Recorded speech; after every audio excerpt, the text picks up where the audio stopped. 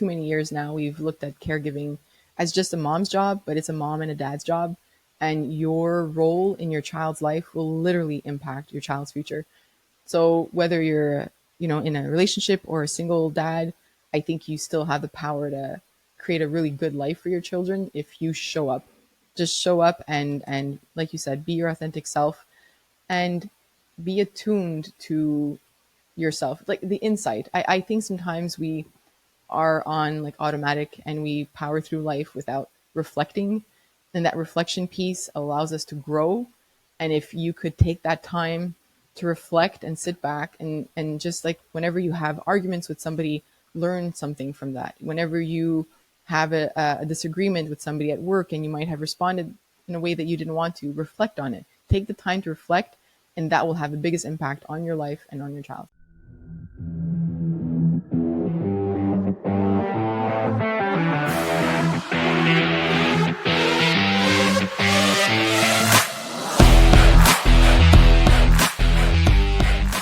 Hi, everyone. Welcome to the Rising Father podcast. I'm Chris Rodack.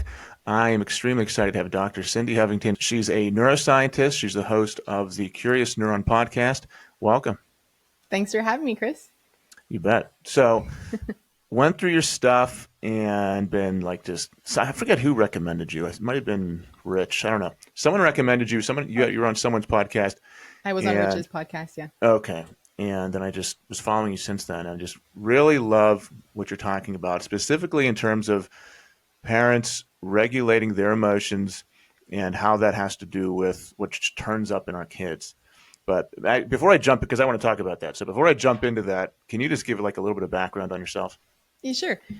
So I have a PhD in neuroscience, and I studied mental health, specifically schizophrenia, and how it impacted our cognitive skills and how emotions played a part in that. Because there's a lot of little parts that we don't think of with mental health, and like the loss of motivation for something or the loss of pleasure in something that you used to enjoy. So that's the part that I studied for schizophrenia and psychosis.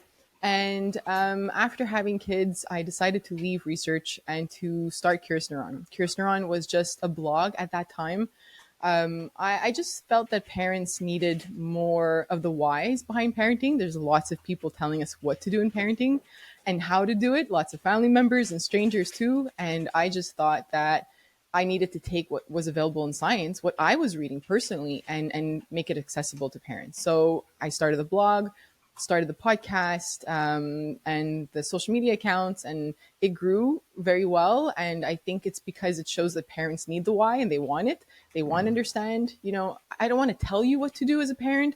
I want to give you what I find online in terms of the research, not online in terms of Google, but I want to give you that information, and I want you to make that informed decision on your own. I don't know you and I don't know your family, but I want you to at least have the information you need to make those decisions. So that's where everything comes from for Curious Neuron. Beautiful. So the research you did mostly, you said, was with schizophrenia, right? Yeah. Was any of that like relationship parenting based, or did any of that have to do specifically with children, or was it just in general schizophrenia? Yeah, so I studied the early psychosis part of schizophrenia. So I studied youth, and that's why I had to learn. I had to understand emotions and how they develop and how they are impacted by mental health. And that's what led to Curious Neuron. I knew the emotions part, and I naively went into parenting saying, I understand what emotions look like in kids. I've studied the development of it. So I got this. And then my firstborn child, started having big emotions. And I realized in that moment that I had no idea how to control myself. I had never, ever taken the time to revisit my own past. I, had some adversity and kind of went through life not really caring about it. I thought I was resilient to it. I had a father who left and didn't turn back. And I just thought, hey, I had a strong mom. I had very strong male figures in my family, my grandfather and my uncle. And thinking, why would this? I had a good childhood in the end, and it's only when I became a parent that I realized I needed to revisit that. And there was some, adversity and trauma that I needed to address. And it only hit me when I had a kid. And that's why Curious Neuron, to me, I started Curious Neuron by just talking about the development part of the child's brain, thinking as long as a parent knows how the child's brain develops, they've got this. But as I had my first, then second, then third child, and then went through my own mental health issues, I realized it doesn't matter how much we know about our child. We need to know more about ourselves. And that's when I Mm, shifted what I was talking about with Curious Neuron. that's great. It doesn't matter how much we know about our kid, we have to know about ourselves. Hmm. Yeah, I found I really resonate with that because for me, if I look back, like I have a 10-year-old and an 8-year-old. Hmm.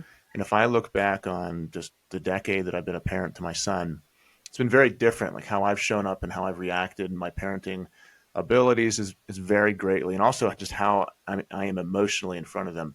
Hmm. And the times I feel like I was the most unregulated, or if I had specific moments, I was like, oh man, I shouldn't have said that, or like I don't like that I behaved in that way. It was usually when I wasn't in control of myself. It was when I was less Hmm. disciplined, or I was more out of shape, or didn't have great Hmm. routines, or wasn't efficient in my life at that point. And I feel like when I really started to get that part of my life together, um, it really affected everything, like emotions, discipline, how I'm talking to my kids, and then you can see a visible increase in those kind of things that are showing up in your children at the same Right. time. Right. Like that makes complete sense. Even on the little days, right? Like if we look at the days where we're stressed because of some deadline at work or we had an Hmm. argument with our partner at the beginning of the day, we're not going to parent our children the same way. But then we're going to often see it as their behavior is very different, right? So they're behaving badly and I'm struggling with them. Whereas it's actually I'm struggling with my patience. Perhaps my tone is different, my body language is different. So they're responding to that and their behavior is coming out. But we see it as them sometimes when it's us. Those hard days happen, but I'm glad that you brought that up because when we hear self care, and I think it's important. I talk about that, but self care has this idea of like just leaving your child or coming back and going out shopping or whatever it is, but it's not that. It's truly about your body and your mind and how much work you're putting into it. And if you do put the work into it, which is what I try to guide parents towards, then you do see an impact in how you're responding, right, to your partner, to your friends, family members, to your children. You're reacting less because you have those skills and those tools and you're able to respond rather than react. And children respond to that, right? It's very important for them to see that response from us. So I'm glad that you brought that piece up. Yeah, I feel like there's a divide. There's people whenever you're stressed out, and maybe both things are right too, because some people say, well, I'm stressed out, so I need to do this thing to take my stress away. Hmm. Self care or whatever it is, I need to Right. go. And there's also the other kind of point of view, which is like, I'm stressed out because I can't handle my situation right now. Hmm. So I'm not strong enough to be stoic during the Hmm. stress. Like I can't handle my emotions. And maybe they're both true, and maybe there's a time for both of them. But like one of the things I just did with a bunch of guys in my group, we just did a long fast. And for us, it was like, why are we doing it? Yes, for some health benefits, but the message behind what we were doing in my group was, okay, we're fasting because we want to be suffering in pain and Hmm. hungry, but still be able to practice being emotionally in control as husbands and fathers whenever we're kind of intentionally stressing ourselves right then. And through that, we've had all these revelations and great conversations about like, man, I'm so hungry, but I'm still at dinner time with my kids and my family, and I'm not like complaining about it. Hmm.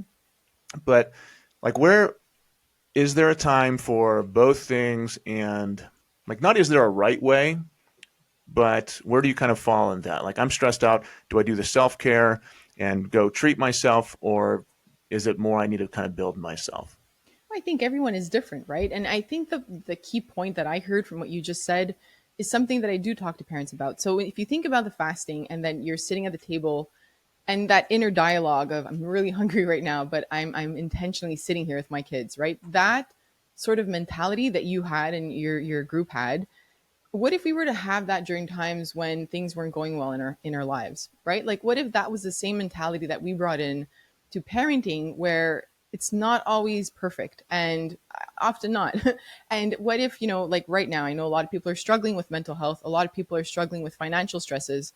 What if we were still sitting at that table having that inner dialogue of it's okay to be in that position? Many people are in that position right now. I'm going to do the best that I can and show up for my kids, right? Emotionally and mentally, show up for myself as well. Like, what if we were able, and I think that's where a lot of us struggle, where we see these very difficult moments as failures. And if we just see it as a struggle and what it Mm-hmm. is, and we acknowledge the emotion that comes with that, I am overwhelmed, I am feeling defeated, I'm feeling depleted, I'm feeling whatever feeling or emotion that comes with that, to at least acknowledge it the same way that you are at that table saying, I'm hungry, but I'm here, then I think things would change in many homes, right? I feel that if we had that mentality for ourselves rather than feeling that we've messed up or we're going to mess up our child or that we can't look like we are weak or that we've made mistakes or that we're going through a hard time, what if we show up with the way that it is? I think that we could support our child's emotional development because they will see how we have struggles. They will see how we cope with them, Mm-hmm. how we communicate these struggles that we have, and how we move past them. And that's what builds resilience in a child as well. We were talking about a similar thing with a guy, different podcast, and he was talking about going to a jujitsu tournament. For him, it was his very first jujitsu tournament, and his son was there. And he was nervous because he said, "Well, what if I don't win gold, and my son doesn't see me win gold?" And he said, I need to go so I can show him that I'm a badass and that I'm the best." And I Right. understand that, and I want that too. Like I want my Right. kid to think I'm Superman and all that. And he did win gold. But we were talking about, like, okay, well, what happens if you failed and you lost every single one? Like, are there also lessons in there? Hmm. Because if not, and I haven't thought this way forever. This is the kind of like recent thinking for me. It's like whenever I'm failing and making mistakes, if I don't do that and my kid doesn't see me do that, then I'm kind of putting this perfectionist attitude onto them Right. where they're Exactly. only worthy if they can have a perfect outcome. And they therefore it kind of takes the risk out of their life. Like I'm not going to take a risk on this thing if I can't know the outcome already, or Hmm. if I'm not going to be successful, then it's okay, then it's not okay. But it sounds like that's kind of what you're saying. Like Hmm. we have to be able to make mistakes, fail, not be perfect in front of our kids, because otherwise we're telling our kids they have to be perfect. And if we can show them how to deal with that through our own life, then we're giving them permission to not be perfect and to still love themselves and teach them how to deal with Exactly. it. Exactly. And I think that we could still set very high goals. I don't think what we're saying right now is saying that we can't have high goals. So you're setting those high standards for yourself. And I think that's perfectly fine. But if there's a failure there, not to mask it or to seem like you're okay when you're actually frustrated, right? Like show them, like even Superman, you brought up like being superheroes, right? Like even Superman has weaknesses. So what does he do? How does he move past that? And as a parent, sure, we want to look like we are that superhero, but the odds is that our child's not going to have that perfect life. So it's easy to paint the picture of like how to navigate through life when everything is going well. But what do we do when those nothing is going the way you want it to do? What if they're, in college and failing everything that they really hoped they would pass? Like, what if they thought they wanted a certain career and it's not working? What if they're at their new job after graduating and their boss isn't nice and they are in an environment where they're being disrespected? We want them to be able to analyze and to know that they're worth it, to like leave something or not to think that they're failing because they're leaving that job, but to like there's so much around the failure that they're going to learn. And that's why we have to show that. I was giving a workshop in a school. This was like last year, and a father raised his hand, and I had just talked about expressing to our kids if we struggle with emotion. So if we lash out at them or if we said something that we regret, to revisit that moment, to sit with them and say, I had a moment where I lost control, or I had a hard day and I should have controlled my emotions but I didn't. And that father raised his hand and said, I personally don't agree with that because it's showing my child, I'm telling them I had a failure, or I'm telling them that I'm not perfect. Hmm. And I said, no, you're telling them that you're human. There's a very big difference. and Yeah, and that's that's my message, I think. yeah, that's so. It's a hard one to grasp though, because there's a large population of people. I feel like I thought this way at one time too. Was like you would want to put your best foot forward, and you really want to show your best, and that there's some truth in that. But like it's not that that's not true. It's like there's also a missing piece though, and Mm, it's like you are setting your kids up for just such a huge identity crisis.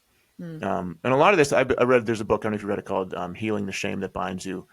No, I Goes haven't. in goes into this a lot about like childhood identity and trauma and Mm, stuff, and talks about like the shame that we as parents can give to our kids if we're only praising them and loving them if they're behaving in a certain way. The right. terms he uses the term human doings instead of human beings. Mm, I think it's John Bradshaw, and like this is so in line with that because it's like, man, if I don't allow my, and I know I've already said this, but if I don't allow myself to make mistakes, I'm telling my kid that he doesn't have to make mistakes.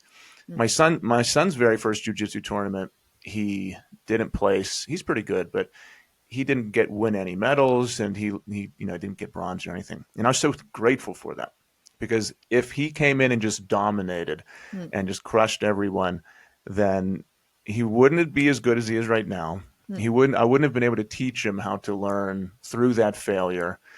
Um, and after he was able to handle his emotions in that first tournament. Like he lost his match, he cried a little bit. He saw other kids crying. I said, "It's okay, man," and mm, we worked through it. And the lesson there was like, you're crying, you're not getting what you want, you're mm. failing, but it's okay. Like it's all right. You're Right. gonna fail again. You're gonna have hundreds of these matches in your Hmm. life. Like if you want to be good, you need to fail at a bunch of them. Yeah.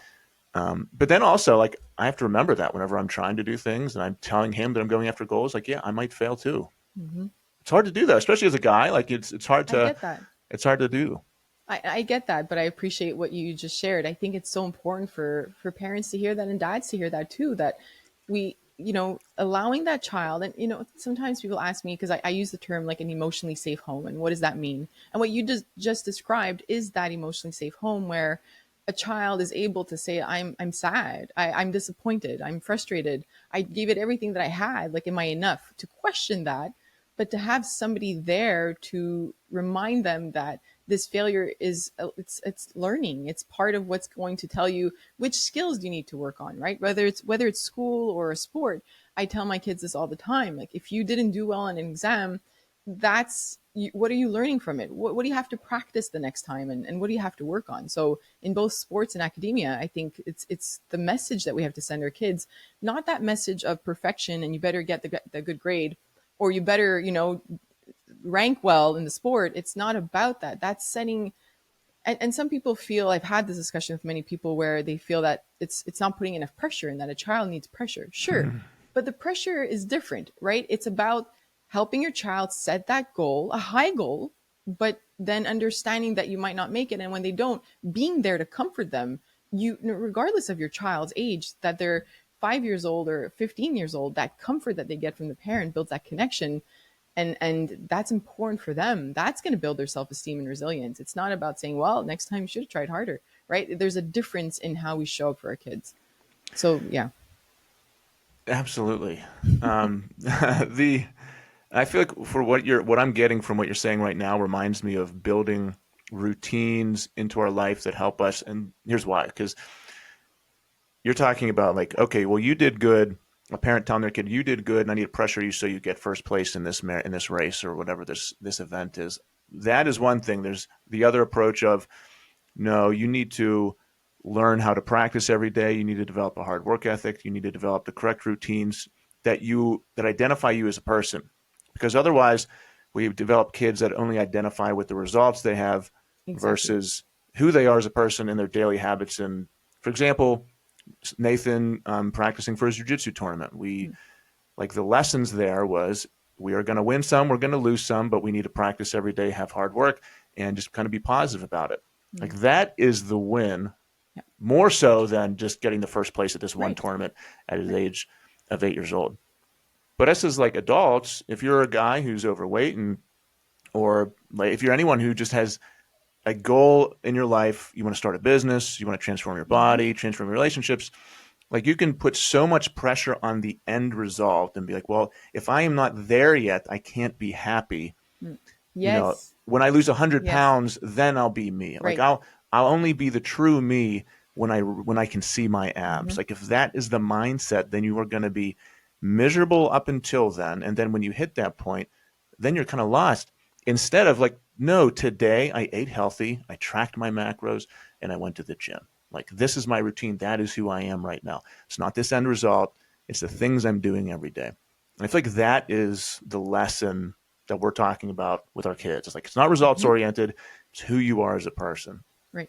Yes, 100%. That's exactly what we're saying. And I think, those small wins, there's a motivation factor to that. Sometimes I talk to parents who have kids in school that aren't motivated, but if the motivation is the end goal, that grade at the end of the year, that's hard for a child. It's even hard for us. You just mentioned like the exercising, right? Like if you want to lose a certain amount of weight, that might take a couple months. And if you're only happy once you get there, you're not going to have that motivation throughout. So it's the same thing with our kids. Like, how do we create goals for them? Goals are extremely important.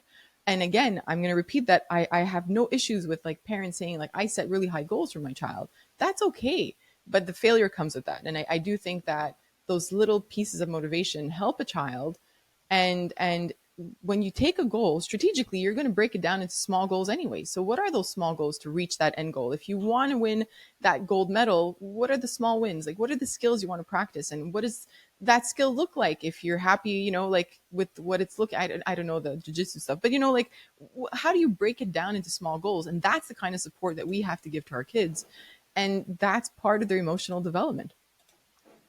Can I ask you a clickbaity question? I saw it on your content. You said you had a post about Oh, spank. oh yeah. Sorry, Did you I freeze froze. for a Yeah, second? you Okay, froze. I'll mark that. So can I ask you a clickbaity question? I saw you had a post about this. Yes.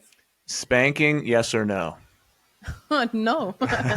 I'm a researcher. I can't. Well, I did. I'm a scientist, and I've looked at the research, and I know that this is a very heated debate. And I sometimes try to. I don't know. I always try to approach it from a place of compassion because I know that as parents, we do the best that we can with the tools that we have. However, from the research, it's something that I have to keep talking about. I need to keep talking about early childhood adversities. I need to keep talking about, social media safety. And I need to keep talking about spanking because these are three things that I know lead to possible. It's always research. It's not a sure thing, but possibilities of, a child struggling with their emotional health or their mental health. So I need to keep talking about them. But when it comes to spanking, we spoke about emotions, and what I talk about the most is emotion regulation skills, which Mm-hmm. means when I'm experiencing emotion, how do I control that on the exterior? How do I speak to myself? How do I control it from the inside? How do I behave and act when I'm feeling that way? And I've spoken to so many parents. People reach out to me and open up about spanking because I've never done it in a way where I'm pointing fingers and say, how dare you? I don't want to do that. That's not the place I'm coming from. Again, because I'm a parent, I know we all make mistakes or we do the best that we can. But when it comes to that, if it's a form of discipline, discipline has to teach a child what's the difference between what they shouldn't do and what they should do, right? What's right from wrong.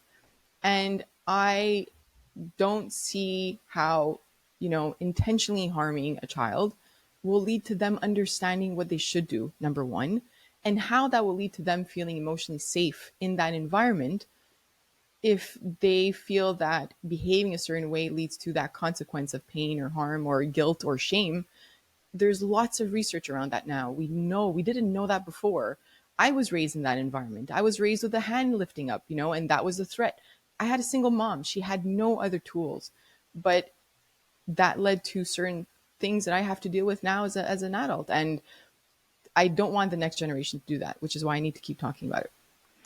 What is like a direct that you've seen in the research or studies or anything consequence of a kid who was spanked? Like, how does that show Yeah. up as an adult? So I can talk first about it as a child. So as a Mm-hmm. child, children who have been spanked before the age of 5 consistently, by the age of 7 or 8, have higher behavioral issues than those who were not. That's first. Secondly, being spanked or any sort of bodily harm put on by a parent is a childhood adversity. So an ACE is a childhood adversity, and 67% of us adults right now today have experienced some form of childhood adversity. And that leads to not only higher chances of mental health issues, but also physical health. There are books now and more researchers coming out talking about the impact of mental health and emotional health on the body itself. It leads to higher chances of chronic illnesses, and we know that now. So that is why it's something that I need to keep talking about, because what we do today and the environment that we put our children in will impact how their brain is forming, the architecture Mm, of the brain yeah. firstly, and secondly, the how do I the not the connections but the predictions of the brain. So who is it's Lisa Feldman. Lisa Feldman has a book and she talks about emotions, and it's these patterns that our brain has. So for example, if me expressing anger at the age of 5 leads to being spanked, then that means as an adult, the pattern that my brain has learned is that when I'm starting to feel anger, I need to suppress it because expressing it will lead to shaming of any sort, Hmm. even if it's no longer in the environment. So that's the easiest way that I can break it down. Those are the patterns that the brain develops. And we all came from that. Not all, but many of us came from an environment where our parents didn't have the tools now that we have in terms of understanding emotions, that emotional intelligence piece, speaking about emotions. Even myself, even without a father in the home, when he was present and the memories that I do have, he was either angry or Hmm. angry with a drink in his hands. Hmm. And when he was angry with a drink in his hands, he was a different kind of angry. He was a sad angry.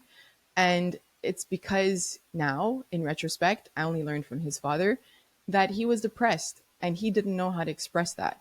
So that came from his father, not allowing him to express emotions. It's a cycle.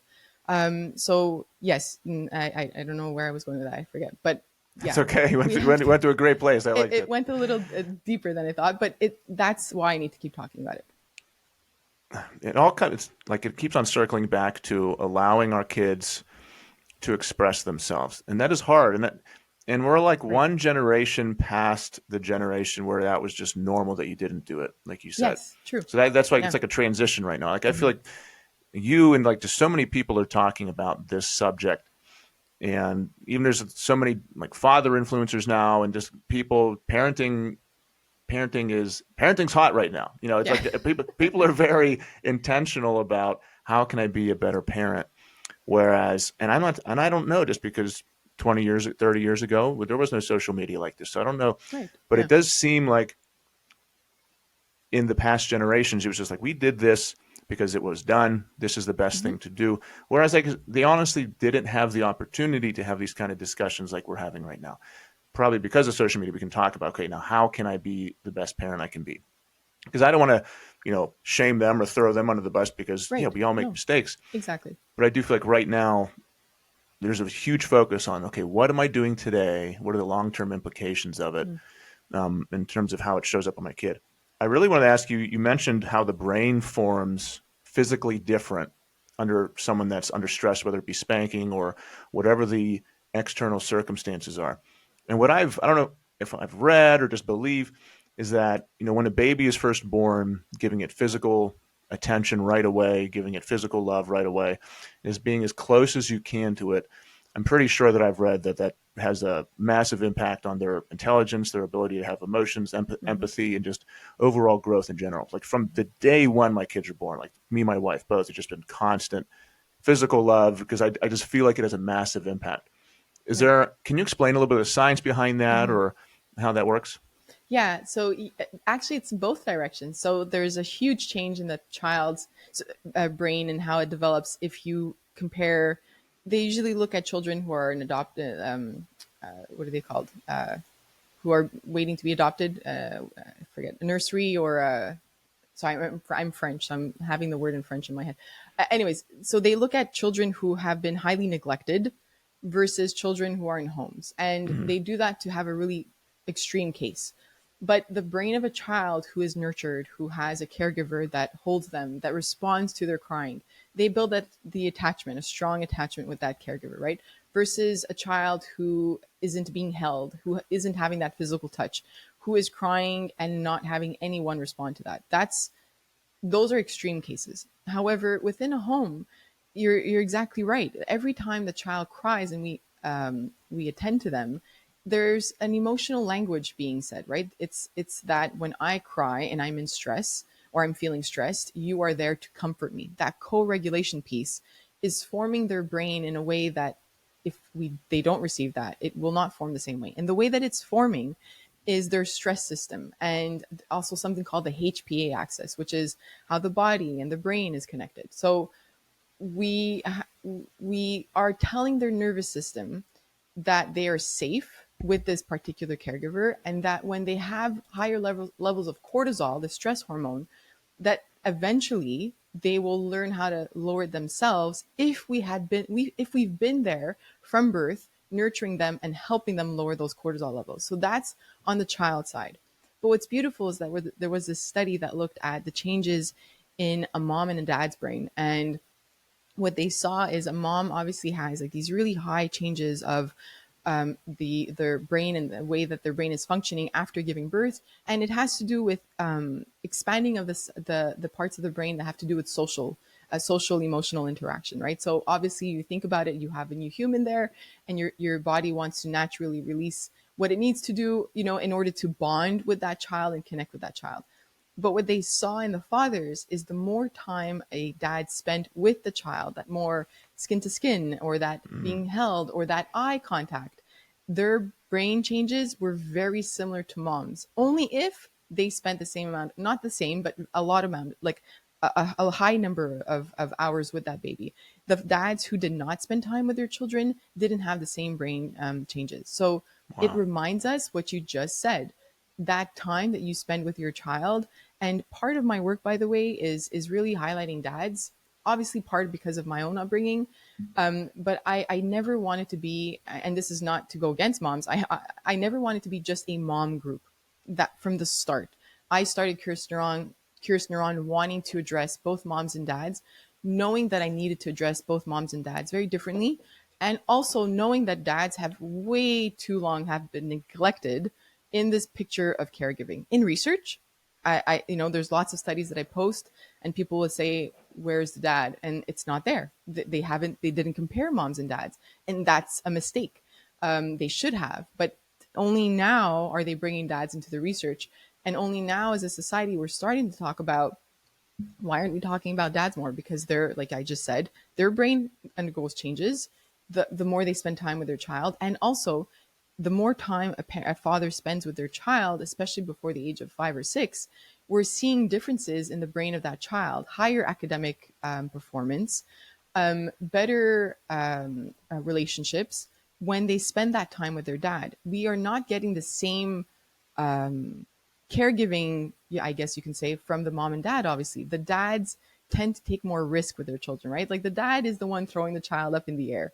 The dad is the one saying, jump off the highest, step at the park. Try it. Just jump off the highest, whatever it is. Whereas the moms, most of us, not all, but from these studies, found that moms don't put that level of risk very high with their child. So the child is learning something extremely different. They're getting the nurturing part from one parent, and they're getting that risk development from the other parent, which is what I think complements each other, and what leads to a child who is confident, who is resilient, and who takes risks later on. So there's a Mm. lot that we need to do in terms of bringing dads back into the conversation. Why do you see a change right now in terms of studies being done? And you said it wasn't in the past. Is there a trend to involve fathers more in the studies right now? Yes, there's a trend now, and I'm actually putting in my first grant application for a research study with Curious Neuron, which is why I've been a little bit busy. A Amazing. researcher reached out to me, and they are studying dads specifically and looking at digital health platforms and how that can support dads. We know that 68% of dads are searching online for parenting advice and relationship advice in terms of how to support their partner, especially when they transition to parenthood for the first time. But there aren't enough trusted resources and evidence-based Mm. resources out there for dads, which is what they look for. They want to find the science, right? They want to know, like, don't just tell me what to do, but tell me why. And so, since Curious Neuron is a well-established, digital platform, we're going to do some studies on Curious Neuron and see specifically in dads how we could create a platform that's more appealing to them. Amazing. What kind of platform? So Curious Neuron itself, and now what we're just trying to do is what the study is looking at will look like. Look what the study will look like if we do get the grant is, what do we need to have that platform? Like, what do dads want? What are they looking for? What are they searching for? And does the experience for a dad on this digital health platform have to be different compared to what moms are looking for? And how do we bring up the conversation? So for me, what's more important is not just the mental health piece, but that preventative piece, right? So if you might not be struggling with anxiety or depression, but perhaps you never learned how to regulate your emotions. And if I can teach you how to do that and how to support your child's emotions, then I know that we are protecting your child's mental health later on. So that's always been my goal with Curious Neuron. And that's what we'll be Awesome. looking at. Yeah, I mean, if you, whenever that gets going, let me know. I'd I love will, to yeah. spread the word about that. That Thank you. sounds amazing. Yeah. Yeah, I mean, guys are looking for educational parenting, educational relationship content constantly. And you can speak from experience, or you can speak from, studies, and people like pull the information they want to, and like kind of find the truth in the person they're listening to Mm. based on whatever kind of relates to their life. But if you have actual studies behind what you're saying, and you have a vast resource for guys, I think that would be really, really beneficial. Yeah, I'd love Mm. to spread the word about that. Thank you. One of your posts you talked about, you said the parent is the child's first teacher with how to respond to their emotions. What did you mean by that? So in the early years, we often hear people saying, when they go to daycare, they'll learn their social emotional skills, or in preschool, or anything that has to do with the external part of the home. But in reality, before the age of 5 or 6, a child is developing their social emotional skills within the home. And what they are looking for is how we are modeling these emotional coping skills. So the big picture of this is a child needs to learn how to recognize their emotions, how to label them, how to cope with them, and how to move past them. This is part of emotional intelligence. But we just keep hearing so much about social emotional skills, but there's a pre aspect to that. Before you can understand emotions in somebody else, like, and develop your empathy, and well, no, the empathy develops earlier, but just to say, like, before you could have this conversation with somebody and kind of be in tune with how they're feeling, you need to be in tune with how you're feeling, right? So that emotion regulation piece is what I talk about. And if a parent within the home is not modeling how to cope with emotions, that child is taking that in and saying, well, when I'm angry, I should be acting this way or behaving this way. When I'm sad, I should be responding to that this way. When I'm anxious or worried, this is how I should do it, because they're looking at how the parents are modeling this within their home. In addition, there's something called the tripartite model for parental socialization. It's a long word just to say. One more time. Yeah, how 3 times fast. So this tripartite model talks about three very important things in that early environment. One, like I just said, how the parent models their emotions. The second one is how the parenting style that is being used within the home. Parenting style means, are you balancing warmth and connection with boundaries? Right? There's this. Mm. I need to touch on that very quickly because there's Yeah, please do. these terms, all these types of parentings. There's so many. I had no idea, because in research there's only four. But out there's positive parenting and conscious parenting and responsive parenting, whatever you want to call it.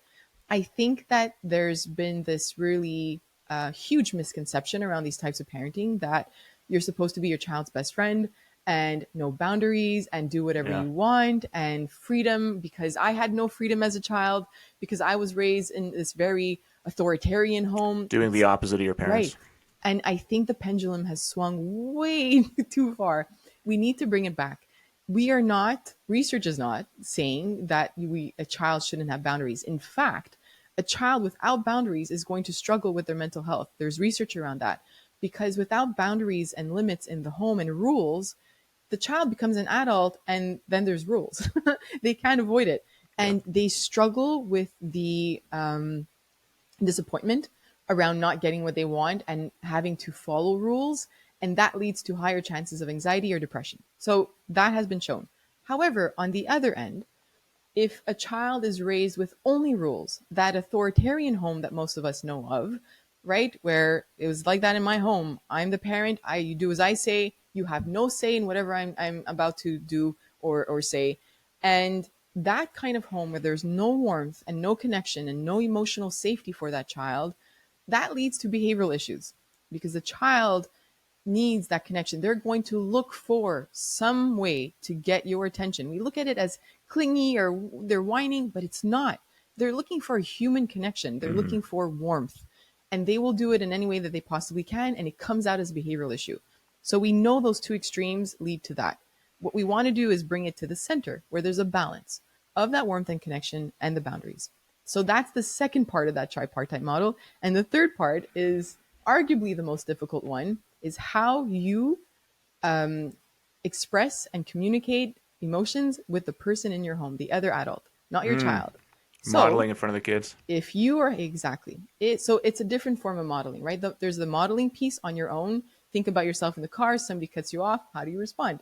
Versus if you have a disagreement with your partner in your home, is your child seeing that there is respect even when you don't agree? Is your child seeing that even two people that love each other can be very angry? There's nothing wrong with that, but that they repair and they revisit, and that they're hugging and they're back together and you see the love again, that it's okay to have those moments, but that there has to be a moment of repair, not ignoring what happened. If the child sees that, these three factors lead to a higher emotional intelligence and these emotion regulation skills that are stronger, better academics, all everything that we said at the beginning. So those 3 points are extremely important for a child. Thank you. Now I know that the 3-point triglyceride, whatever. I, I'll have to rewind and see that term. yeah. The last point you said reminds me of, there's some guys who will say, I'm a great father, but bad husband. I've And heard that, that. yeah, and that doesn't jive with me. Like, to No. me, you can't be a great father if you're a bad husband. Like, you're abdicating one of your greatest responsibilities as a father. Like, have you heard that before? I've heard it many times, yes. Yeah. And I had the same response as you do. I think part of being a great father is being a great partner, being a great husband. And it's hard to hear that sometimes because I know Yeah. I, especially coming out of the pandemic, I was getting so many emails from partners, both dads and moms, that were struggling with their relationship. And I know I could, it must be very difficult to have that in the home if things aren't going well, but it doesn't mean that you have to disrespect each other. And obviously, when children are young, you don't have to explain everything to them if things aren't going well. Mm. But it's like I tell my kids, you could be mad at me without being rude, right? Like it just falls back to that. And the more we could, and I don't know if you've read, what was that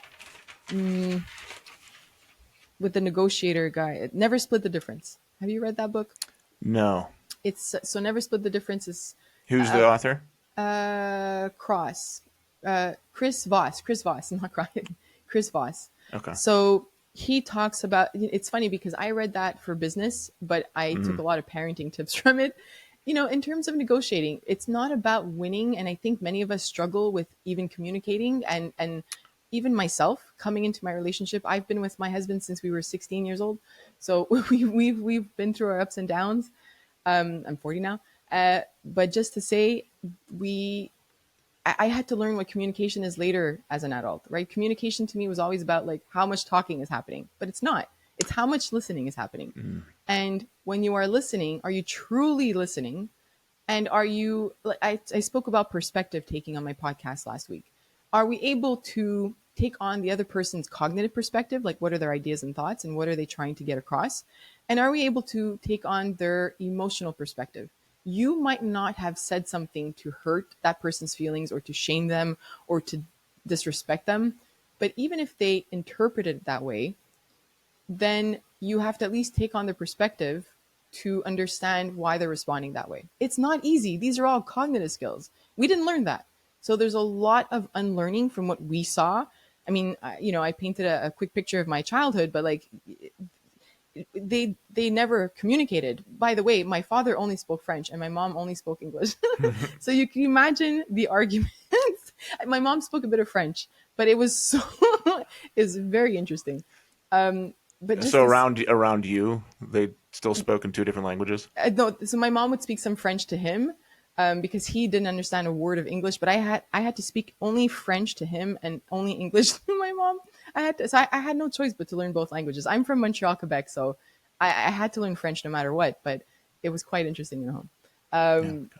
but all this to say, there's some video. Was it Esther Perel? I think she has these books.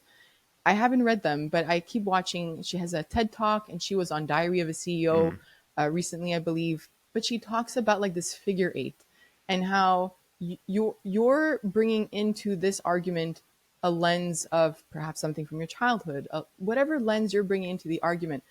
It's like this figure eight of going back and forth between the two partners, and we have to kind of see what we're bringing into that conversation. So that third piece of that tripartite model is the most difficult one because, like you said, many of us struggle in our relationships sometimes in how we communicate and how we argue. And if we can work on that first, we will see a difference in how our children are behaving around us. And if we can work on ourselves and how we model emotions, I guarantee you, you will see a difference in your child. Yeah, that's hard. It is. The partner aspect and being the best, because a lot of what I do is based around being a father and a husband, but it's rising father, so it's very fatherhood focused. But if you leave that, the intentionality and skill building strategies with your wife, man, you get left behind. And Mm, it's easy to do. It can, because a lot of times, especially if you're, I have a lot of guys who have young kids in my group, and they're trying to work out, they're trying to wake up early, set up routines, and just the chaos of life that happens. Especially, if you're a lady and you're pregnant, plus you've got right. toddlers running around, and you got Yeah. jobs, and they're like, I remember when my kids were like 1 and 3, how insane life was, and Mm, we both let ourselves go a little bit, weren't as right. disciplined, and Yeah. like I just months pass where you're like, oh man, we haven't gone on a date like Right. in like months. Like I haven't said a single flirty thing to my wife in like weeks, just Yeah. because you're not thinking about it. You know, And you're in then survival you can mode. really, and then yeah. And then years Mm, go by and like, man, our relationship's different. mm. You know, got to be like so intentional about it every single day. It Can I is. ask you a couple? Yeah, no, go ahead. Oh no, no, that's it. No, but you're right. I just want to highlight that to be intentional about it. It's not about. And so my husband and I had 3 kids in under 4 years. So you can imagine the Mm, chaos in the home. But all that to it's a say, lot. we did also go through that period. I think that it's okay to sit in that period of like, this is difficult. It's not the end, but it's a difficult period. How do I get out of that? And that intentional piece is very important. Same thing with my husband and I. It's only when we started being intentional of like putting a little post-it note for each other, like in the home, or Mm, at least acknowledging our presence. Because when we had 3 very small kids, I honestly think there was like a very long period of not even acknowledging our presence because it was always go, go, go. One baby was up, yeah. I was taking care of that child, nursing, he'd grab the other one, start work, I'd have all three. The day would, and then you just pass out on the couch and you're like, is the day over? No, it's starting over again, Yep. like I just want people to be okay if they're in that period and say like, it'll get better, but you need to be intentional about that connection. Yeah. It'll get better. And also, it's like we talked about earlier, it'll get better. Look forward to it getting better. But also, right now, we can do things to better Right. handle ourselves. Like, because I look back at that time and I kind of used that as an excuse to eat unhealthily, to not go to the Same. gym. Yeah. I could have, just because things are crazy doesn't mean I have to go to McDonald's. Right. Just because Yeah. things are crazy doesn't mean I need to drink beer. Like Yeah. I could, if I would have taken put more effort taking care of myself when things were crazy, I would have been more emotionally regulated and then had more energy to take care of other people. Mm. So, Yeah. but it's hard to do that because you think, well, I need It something is. right now. Like I need something to take the edge off and the stress off. But It's really, true. it just kind of compounds and spirals. Yeah. No, but that's a good point. I appreciate that you brought that up. I've asked for a couple guys in my group that said, do you have any questions for you? Someone said, what are some strategies for parents to cope with children who are going through a temper tantrum under the age of 3? Do we redirect their attention or do we allow them to go through their emotional wave? It's kind of what we were talking I about. love that question. A bit of both, actually. So at a very young age, you do, if your child is struggling to snap out of it in a sense, right, and move past. I think of it as a mountain. When the child is at the top of that mountain, which is that temper tantrum, their emotional part of the brain and their thinking part of the brain isn't they aren't really interacting very well. They're not communicating very well. So that time is not a good time to say, hey, remember those deep breaths, buddy, that we learned, like it's a good time. You don't say that. It's just, you can say it once. If you notice that you're not connecting with your child, they're just in their emotion and they're stuck there, let them be, support them. It's not a moment to discipline for the behavior, because it does look like behavior. It's a moment to say, hey, I'm here for you. When you're done, come see me. Or, getting down at eye contact and being like, I'll wait for you, like just being there for them. Because at 3 and younger, they're still so young. They haven't even begun developing those emotion regulation skills. You're going to start seeing them develop closer to 3, 4 years old, where you can actually say at that point, remember those deep breaths we practiced last week? Like try doing that, but not at the top of the mountain when you notice that they're becoming dysregulated. So the more attuned you are to Mm-hmm. them, you might know, well, on our way back from daycare or preschool, they're hungry, they're dysregulated, and I tend to have bigger emotions when I come home from that. Being prepared for those moments, or noticing you say something to your child and they completely ignore you, or they stomp their foot that first time. Hey kid, like I see what I could see your emotions are getting a bit bigger now. How about we sit down? How about we turn the music off? This, like, we forget about senses, our five senses, or we have more than five, but like we forget about like how the environment impacts our level of dysregulation. So for a child who's coming back from preschool or daycare, I just want to acknowledge this because I know sometimes parents don't realize this. The heightened aspect of any of their senses, whether it's having been around a lot of noise or very bright lights, or being touched by a bunch of kids all day and being jumped on, right? Like they had fun, but when we bring them home, their system's completely dysregulated. And then we get the worst part of it because it's dinner time and then bedtime, and they're dysregulated during that moment. So acknowledging when the temper tantrums are happening, and seeing if you could reduce the risk of it happening, and just being there for your child, showing them that warmth and connection and saying, I'm here for you. You can still set boundaries. Remember, we spoke about the boundaries before. You can still say it's not okay to hit, not okay to throw toys, but Yeah. take them away from that situation if it's happening, but saying, I see that you're having big emotions right now. Come see me when you're done. So you're not completely ignoring them. You're letting them know you're there, but there's nothing you can do when they're at the top of that mountain. Mm-hmm. His second part was, well, how does one deal with throwing and hitting? And you kind of touched on that, is take them away from the situation, Yeah. acknowledge what they're going through. Yeah, I did that with my 3 kids, especially the two boys. It was like putting them on the How old, staircase. how old are your kids? Now they're 4, 6, and 8. So it's getting easier. All boys? No, 2 boys. The oldest is a girl. So the Oh, 8-year-old's a poor, girl. poor And her. yeah, she's always taking care of her brothers. But I would Yeah. separate the boys when they would argue, and so let's say one would throw a toy or one would hit the other one. It wasn't a timeout for us in our home. It was just, I need to keep you safe and I need to keep your sibling safe. So I'm going to put you on the side. I'm going to take you. I would speak out loud. I'm sitting you on the stairs. Have your emotions. It's okay. And then getting to the root of it. One thing that we do is when we see these temper tantrums, we see them as behavior, but there's an underlying emotion to that, right? At that time, let's say my 2-year-old would hit or throw a toy at my 4-year-old because he was trying to get the toy, but my 4-year-old wasn't sharing. So I saw it as, what skill do I need to offer you? What tool do I need to offer you? So I taught my 2-year-old how to ask for a toy. And then I explained to my 4-year-old what taking turns looks like. So it wasn't just about the timeout or putting them to the side, or acknowledging the emotion. There also has to be some learning aspect of how do you interact in the social environment with your sibling.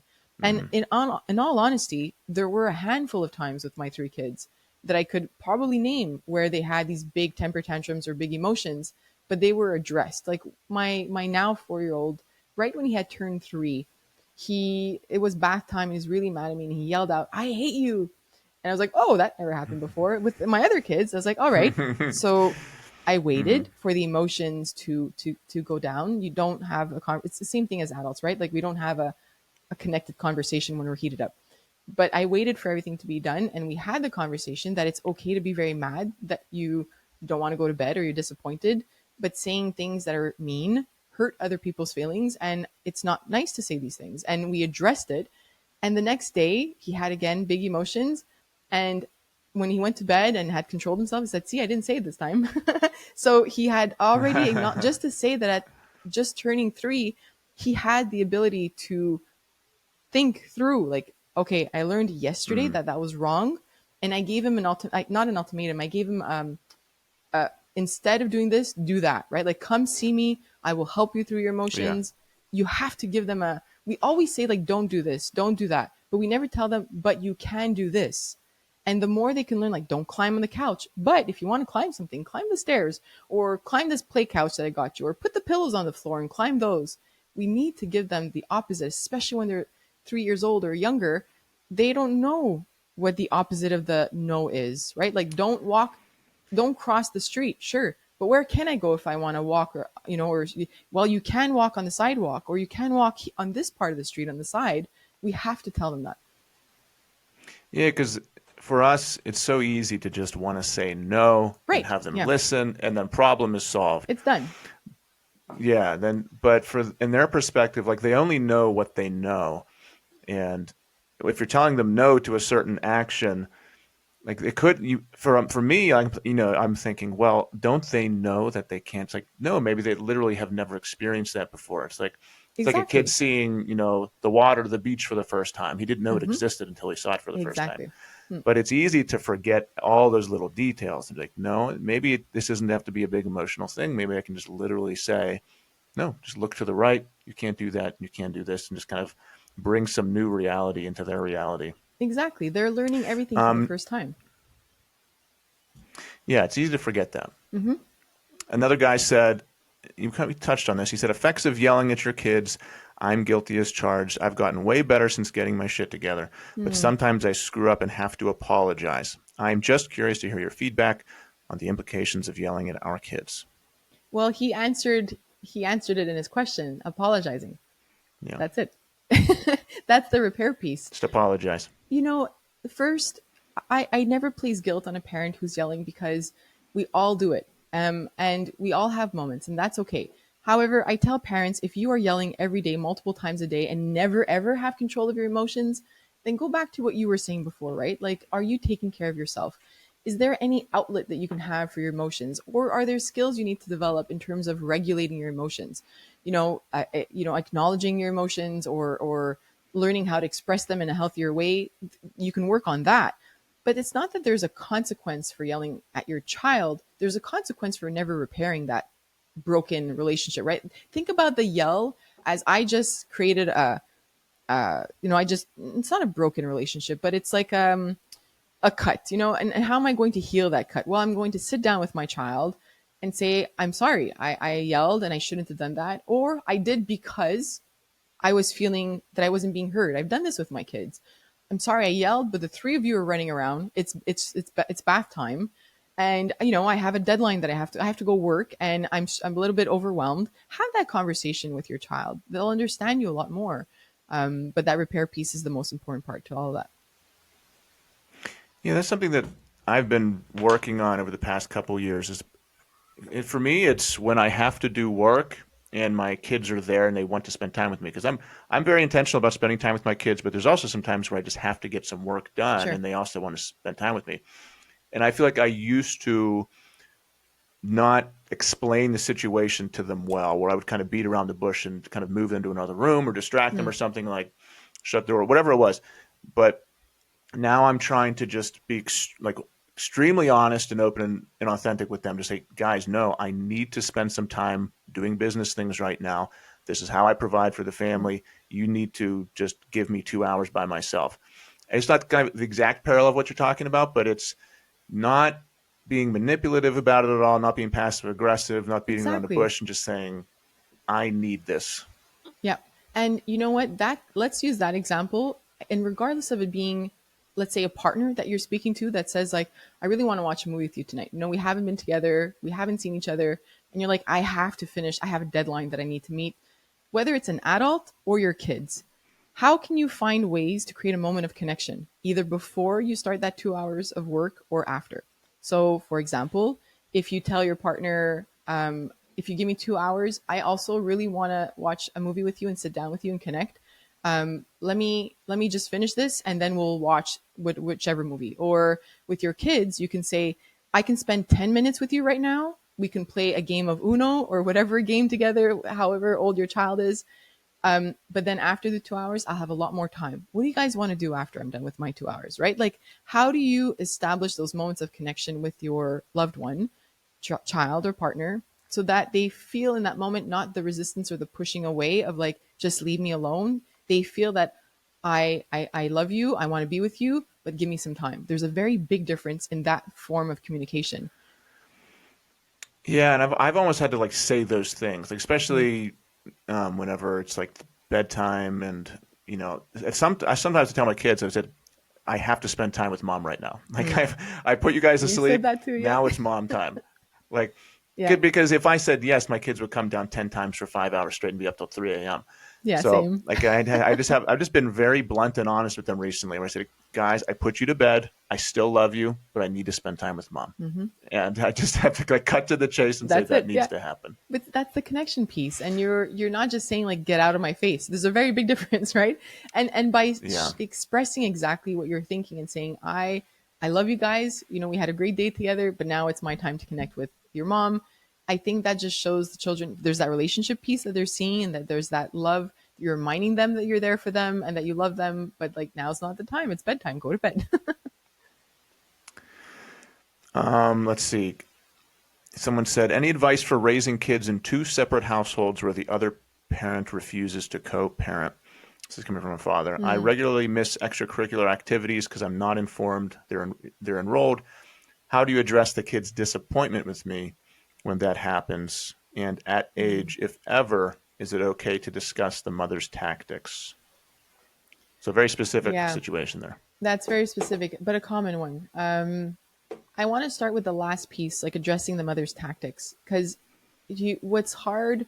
Okay, the research that looks around like separation and divorce talks about that piece of the two parents in front of the child still being an important one, right? We spoke about that tripartite model, and this is the hard part because how do you keep peace in front of your kids when there's no peace and there's a lot of Mm-hmm. resentment perhaps and a lot of hatred between the two parents.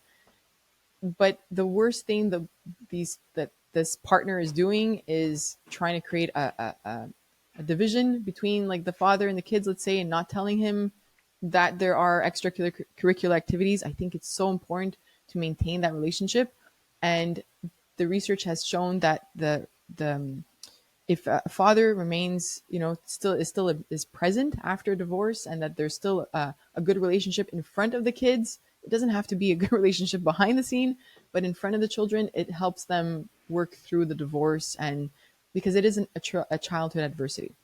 So it's hard. Yeah.